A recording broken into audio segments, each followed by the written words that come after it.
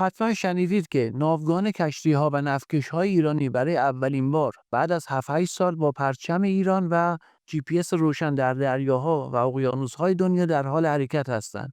در این تحلیل مهم می‌خوایم با هم دیگه بررسی کنیم، ببینیم علت این ماجرا چیه و آیا ایران مجبور شده این کار رو انجام بده یا خیر، یک استراتژی پیشرفته پشت این ماجرا قرار داره. پیشنهاد می‌کنم تا انتها با ما همراه باشید و حتما کانال رو سابسکرایب کنین و به دوستان خود معرفی کنید.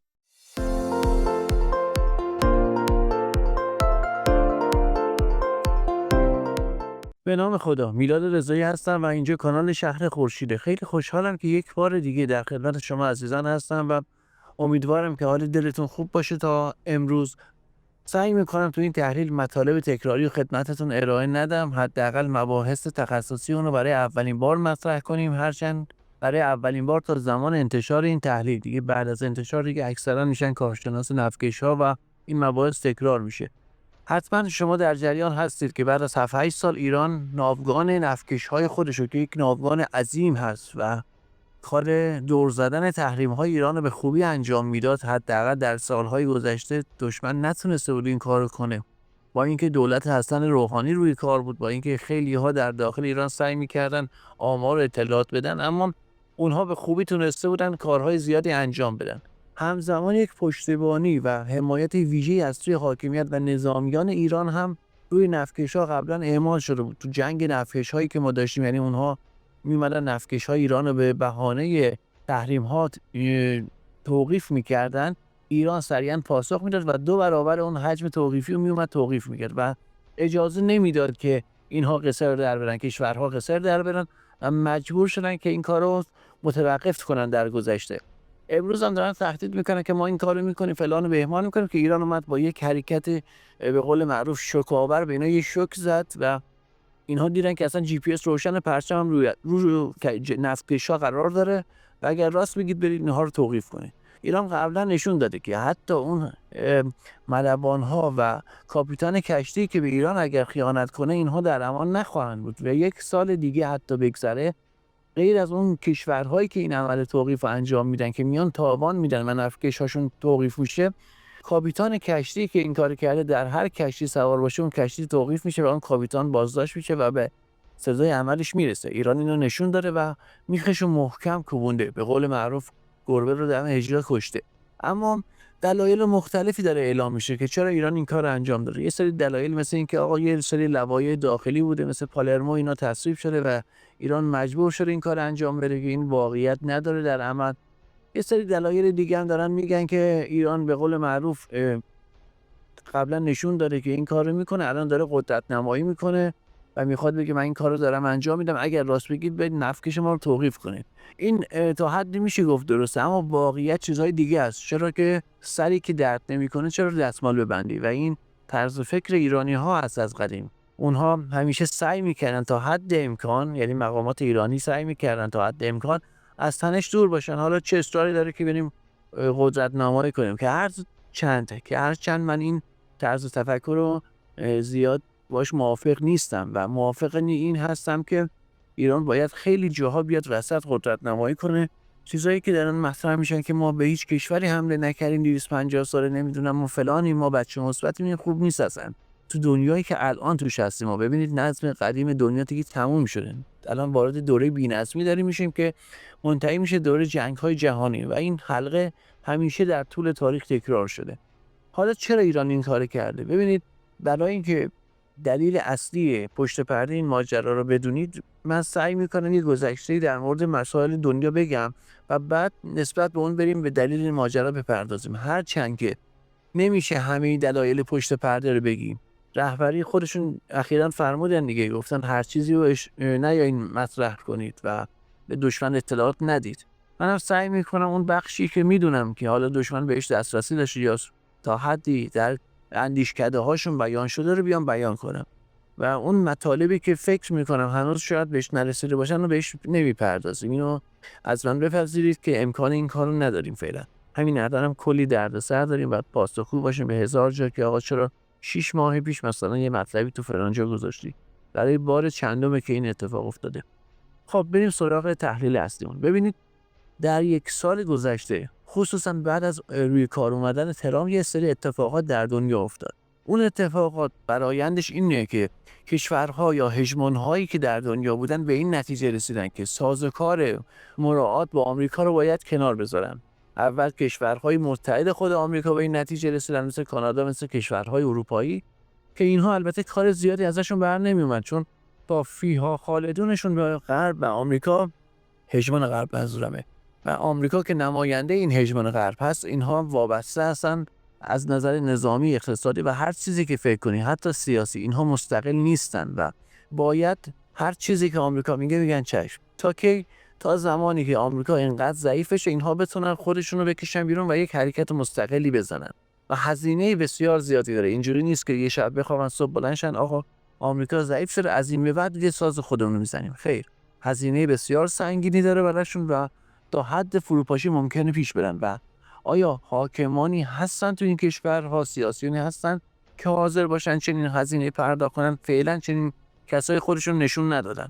در سیاستمداران امروز دنیای غرب، اروپایی ها، افرادی که این کار انجام بدن نیست، اما در آینده شاید پیدا بشن. فعلا ما خبر نداریم. حالا اون بر ماجرا هم همین اتفاق رخ داده دیگه. اون برم کشورهایی که رقیب آمریکا محسوب میشدن و در محور شرق قرار داشتن، خصوصا چین و روسیه، تقریبا خودشون رو به سطح دشمنی با آمریکا رسوندن.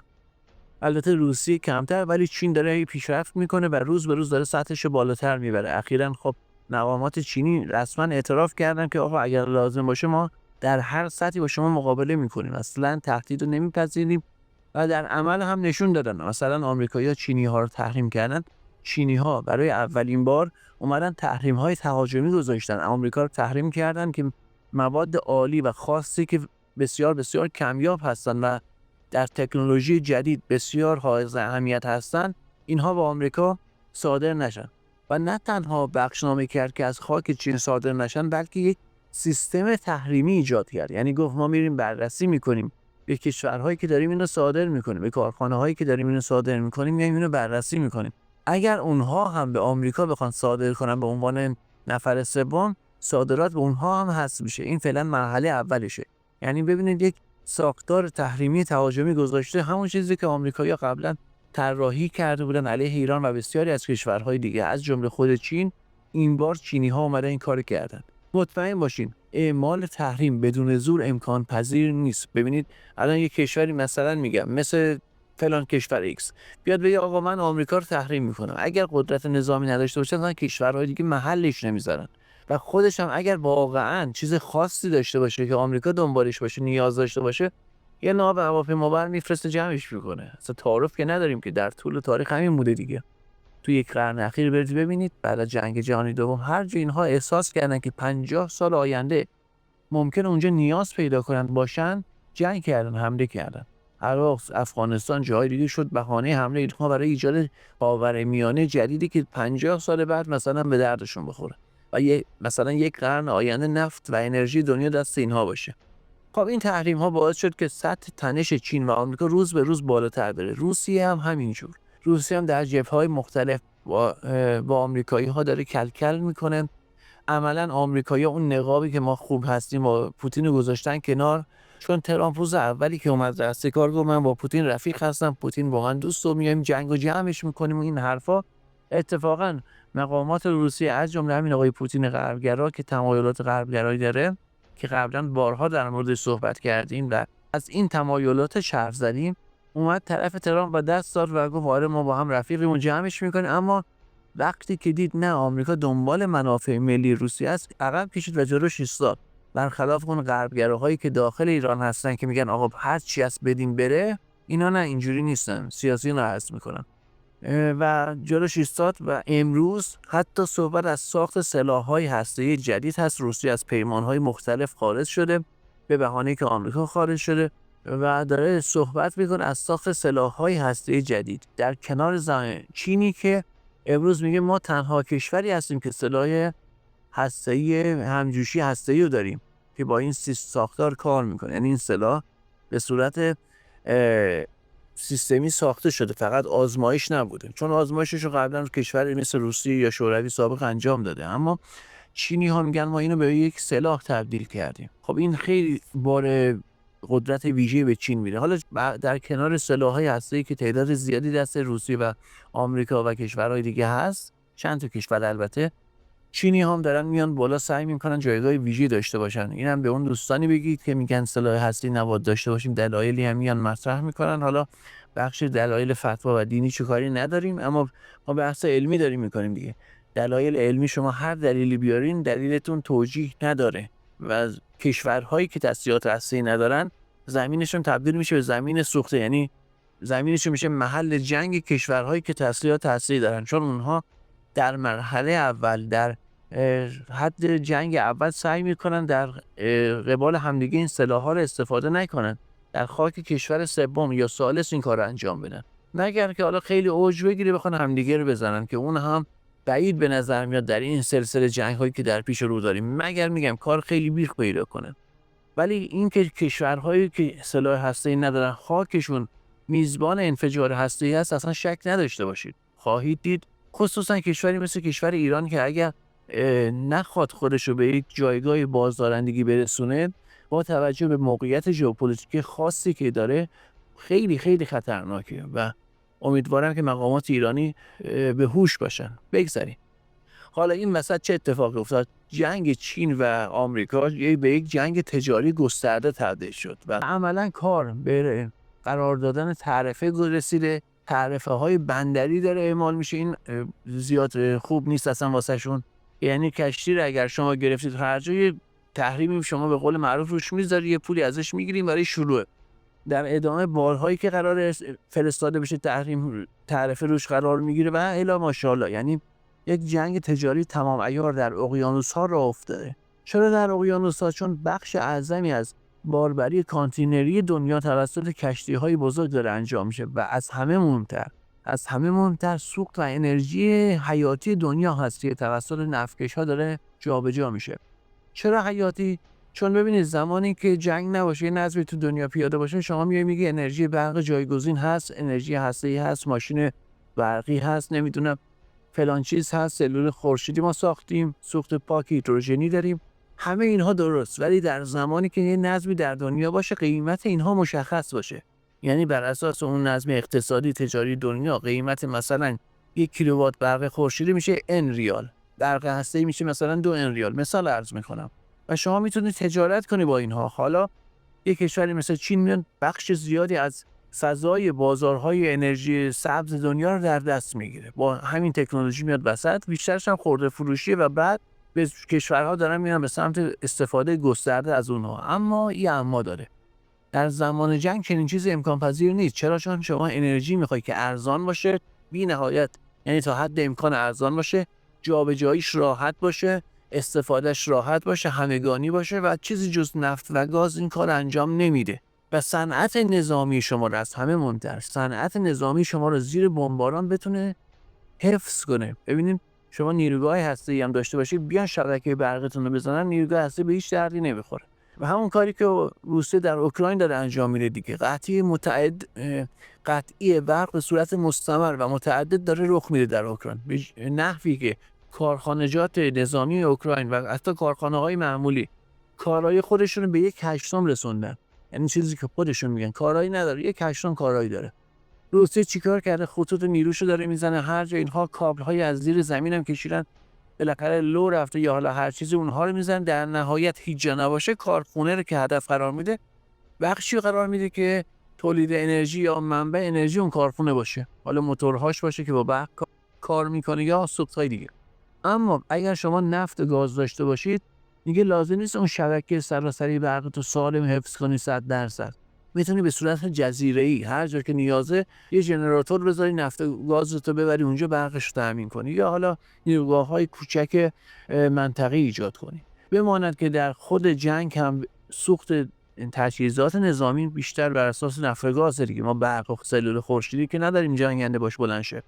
اینجاست که اهمیت این نفت و گاز بسیار بسیار بالا میره. اون عزیزانی که میگن نفت و گاز دورش گذشته، اینها تو قدیم گیر کردن، یعنی در نظم قدیم موندن، هنوز آپدیت نشدن، به روز رسانی نشدن به نظم جدید.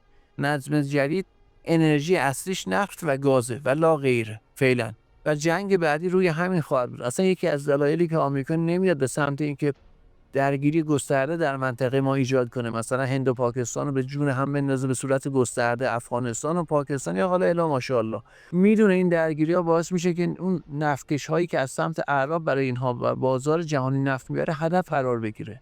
ایران این کارو به راحتی انجام میده، یمن هست و این کارو انجام میدیم، طبیعیه.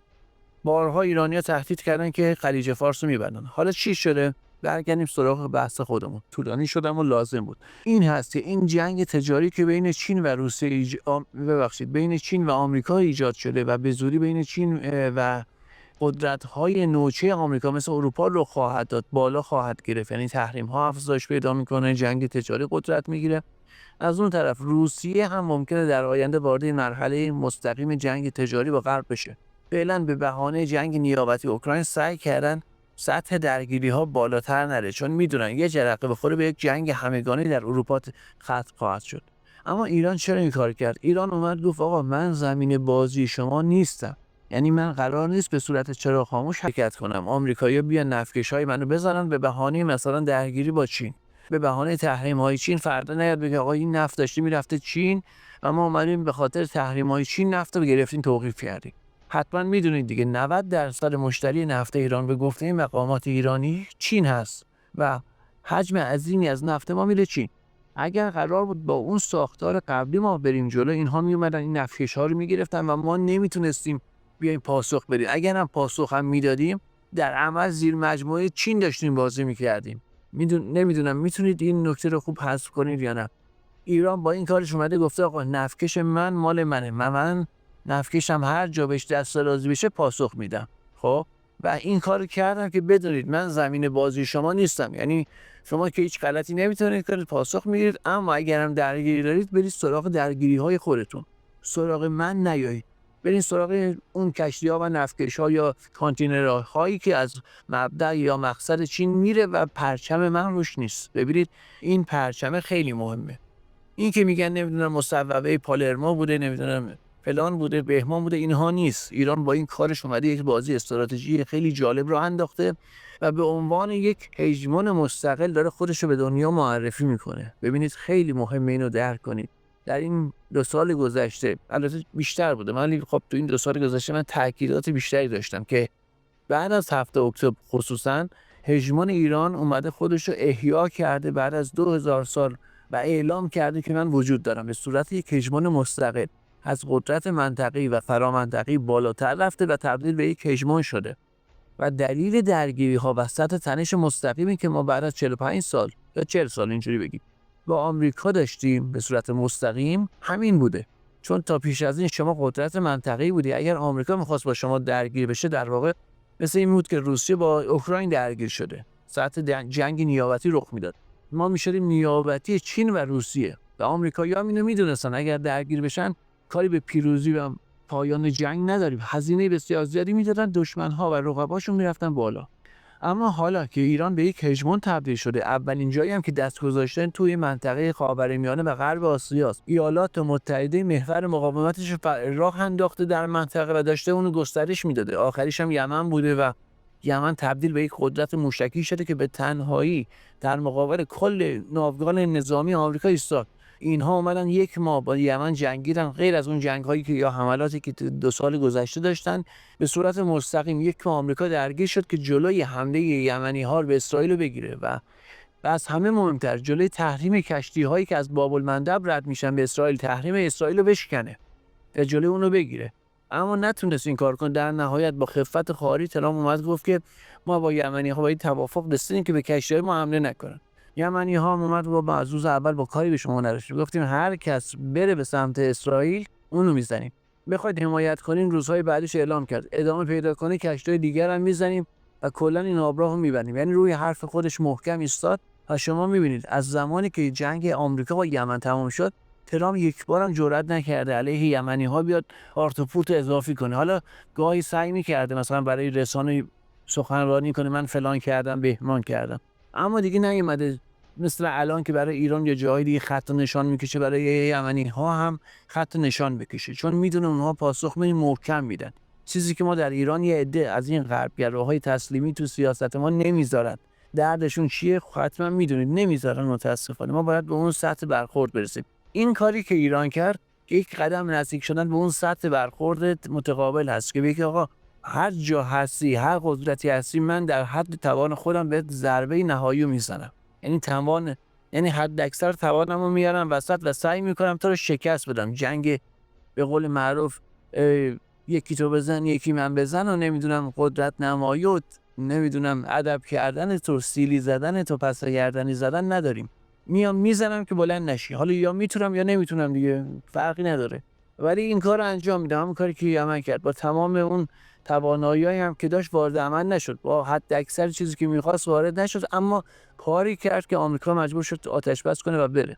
هرچند که ایران در جنگ 12 روزه همین کار انجام داد، اما در مراحل دیگه شما میبینید 24 ساعت پارس میفرستن بریم با آمریکا مذاکره کنیم. دلیل اصلی که اینجا، یکی از دلایل اصلی، گفتم بقیه دلایل رو نمیتونم بگم، این بود که ایران الان هژمون خودش احیا کرده، گفته من دیگه تو زمین بازی شما نمیخوام قرار بگیرم، بشم مهره بازی آمریکا چین، مهره بازی روسیه مثلا با اسرائیل و آمریکا در سوریه، بلکه از این به بعد خودم مهره مستقل هستم و خود چینی ها و روس ها بابت این اتفاق در یک سال گذشته یا همون 2 سال گذشته بگم، یعنی از آغاز 7 اکتبر به این ور یک سال بعدش، خیلی فشار آوردن که ایران از اون بخش هژمونیک خارج بشه. خصوصا زمان دولت شیخ رئیسی که ایشون اومد با اقدامات خیلی قاطع کاری کرد که اینها مجبور بشن هژمون ایران رو بپذیرن. توی معاهدات بین المللی شرق که رفتیم، اینها نمیخواستن ایران مثلا به صورت عضو ثابت بریکس در بیاد، میخواستن جزء اعضای دیگر غیر ثابت باشه فعلا و بعد بیان بگن حالا 2 سال 3 سال 5 سالگی تو ثابت میشه، مثلا عربستان، ترکیه. اما ایران اومد چیکار کرد؟ اومد تهدید کرد، شیخ رئیسی گفت من نمیام اتحادت با هم میذارم. اینها مجبور شدن بپذیرن، هم تو بریکس هم تو شانگهای. و این 2 نمونه بود، نمونه های متعددی وجود داشت که اینها مجبور شدن هژمون ایران رو بپذیرن. بعد از درگیری که ایران با روسیه، اسرائیل و آمریکا در 1 سال گذشته بعد از شهادت شیخ رئیسی داشت، اینها فکر میکردن که حالا ایران ضعیف میشه، دوباره میشه قدرت منطقه‌ای یا فرامنطقه‌ای، میاد تو دامن اینها، که این اتفاق نیفتاد. ایران دوباره قدرت خودش رو به خوبی نشون داد، محور مقاومتش رو با اون ضرباتی هم که خورده بود تونست احیا کنه دوباره و نشون بده که این چیزها نیست، ما به صورت سیستماتیک هژمون هستیم. اونجایی که پوتین میاد مصاحبه میکنه میگه ایران از ما کمک نخواست، در واقع اون دردی که تو سینه‌اش هست رو داره بیان میکنه. چرا ایرانی‌ها نیومدن با ما پیمان مثلا استراتژیک ببندن مثل روسیه و بلاروس؟ مثلا مثال عرض میکنم. دلیل اصلیش این بوده که ایران میخواست به عنوان یک هژمون با شما پیمان راهبردی ببنده، نه یک قدرت منطقه‌ای یا فرامنطقه‌ای یا یک کشور مثلا دوست. اگر میخواستیم این کار کنیم که چینی‌ها، روس‌ها سر میشکستن واسه ایران. که بحث سر اینه که ایران میخواست به عنوان یک هژمون بیاد خودش اثبات کنه که کرد. حالا از این به بعد اگر هم توافق راهبردی بسته میشه، به عنوان یک هژمون بسته میشه. شما وقتی به عنوان یک هژمون میای توافق میکنه، خیلی فرق داره با یک کشور دیگه. حالا یه جلسه لایو خیلی طولانی میخواد بشین در اون مورد تو اون بخش صحبت کنیم، ببینید چقدر ایران کارهای بزرگی انجام داده. خلاصه نمیخوام دلایل دیگر رو بگم فعلا، اگر لو رفتن اونها یا افشا شدن اونها میان بیان میکنن، اما تا همینجا بدونید که ایران با این کارش یک قدم به هژمون بودن اثبات هژمون بودن خودش به دنیا بازم جلوتر رفت. همه کشورهای دنیا دیدن عملاً ایران در مقابل زورگویی‌های آمریکا نه تنها کوتاه نیامده، بلکه داره به قول معروف نفس کش میگه. نه تنها آمریکا، نه جای دیگه. و عملاً ایران اعلام کرده که برجام تمام شده، اون تحریم ها بر اساس متن برجام باید در این تاریخ تموم میشد و ما اونو به رسمیت نمیشناسیم. چین و روسیه هم که گفتم ما به رسمیت نمیشناسیم. کشورهای دیگه به مرور به این چرخه وارد میشن و ایران تا زمانی که خودش امنیت ناوگان دریایی خودش رو تامین کنه، بقیه کشورها که برشون نمیاد تجارت کنن. که کی برش میاد که ایران نفت بهش بده یا مثلا جنس ارزان بهش بده؟ نه. این که میگم ارزان باج دادن نیست، بلکه اون تجارتی است که ما با توجه به شرایطی که داریم میتونیم تولیدات ارزان داشته باشیم. تنها عاملی که جلوی این کارو میگرفت همین تحریم ها بودن که اینها میومدن مثلا با سازوکار مالی و جای دیگه به ایران ضربه میزدن یا اون کشور رو تو فشار میذاشتن. اون سازوکار مالی تحریم هاشون از بین رفت. از بس که اومدن کشورهای دیگه رو آمریکا تحریم کرد، ابزار تحریمشون از بین رفت. نظم جهانیشون، سازمان مللشون، شورای امنیتشون و تمام اون ساختارهایی که اینها باهاشون تحریم ها رو جلو میبردن الان امروز بی ارزش هستن. شما دیدید دیگه، جولانی بلند شده رفته تو آمریکا سازمان ملل سخنرانی کرده، همزمان اعلامیه نمیدونم تروریست بودنش هست. خب حالا تو روسیه هم رفته، اونم تحلیلش جالبه، بعداً براتون میذارم. اینو میخوام بهتون بگم، این نظم اونها به هم ریخت. اون تحریم ها از نظر قدرت های ساختاری و سیستماتیک که قبلا آمریکا اعمال میکرد دیگه اثر نداره، فقط میمونه نظامی. اونم کجا؟ توی دریا بیاد جلوی ایران بگیره، نمیدونم بار ایران بخواد مصادره کنه و این چیزهای از این دست که سعی خواهد کرد حتما. یعنی میاد تست میکنه، میگه دولت عوض شده، احتمال داره ایران اون برخورد سابق رو با من نداشته باشه، بالاخره 4 تا جواد ظریف پیدا میشن این وسط دیگه، جوری کارو میگیرن. میاد تست میکنه. اما ایران تا حالا که محکم اومده جلو، به نظر میاد با این کاری که الان کرده دیگه قشنگ اعلام کرده من تا آخرین به قول معروف لحظه پای کشتی ها و ناوگان کشتی خودم خواهم ایستاد و با تمام قدرت ازش دفاع میکنم. گرفتید بعد بیاین تومون بدید. و اینو قشنگ داره اینها حالی میکنه.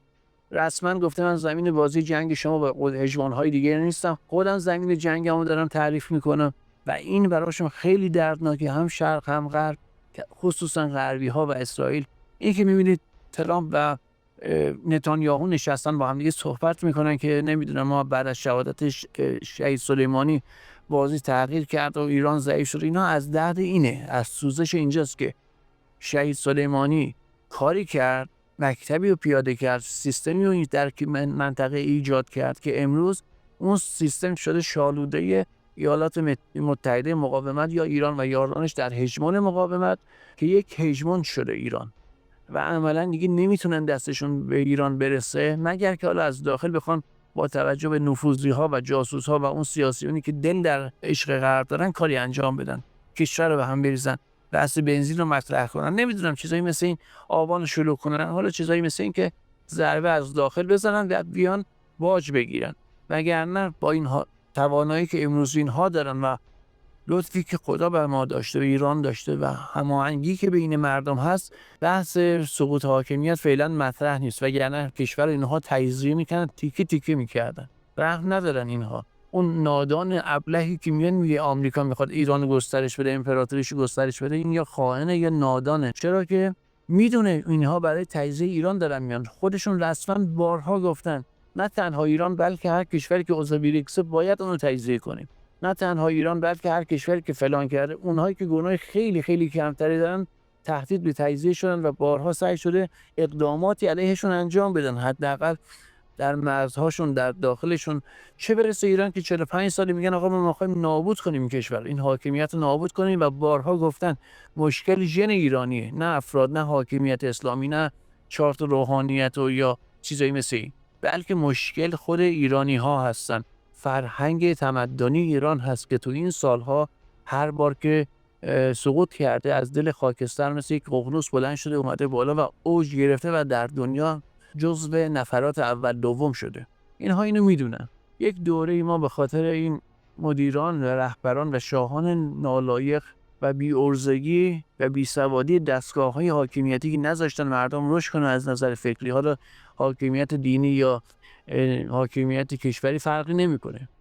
یک موجی پیش اومد در دوران استعمار، نذاشتن مردم رشد فکری داشته باشن و اونها در گذشته بمونن. حالا هر کس هر جوری تونسته این وسط موش دونده دیگه. البته اینم در نظر بگیرید شیعه از روز اول محدود بوده، روز به روز قدرتش گسترش پیدا کرده. اینو سوار کنید نرم افزار شیعه رو روی تمدن ایرانی که میشه یک تمدن ایرانی اسلامی و امروز اون داره به اوج میرسه و این اونها رو میترسونه، چون خود شیعه یک حالت به قول معروف جان سخت بودن و رشد بیوقفه و به اوج رسیدن و پیشرفت در هر شاخه‌ای رو داره تضمین میکنه. مکتب شیعه علمو داره میاره، استقلال رو داره میاره، جلوی دشمن سر خم نکنی داره تبیین میکنه. هزار تا شاخص داره، حتما میدونید هزاران شاخص. اون برای مکتب ایرانی هست که اصلا یه چیز عجیب و غریبی در دنیا از قرن‌های قبل بوده. اینها امروز به هم رسیدن، رو هم سوار شدن با وجود همه مشکلات، با وجود همه ناملایماتی که داریم میبینیم، همه خیانت‌هایی که یک عده به کشور بابت جیبشون، بابت غرب، شرق، هر کسی به هر دلیلی داره انجام میده.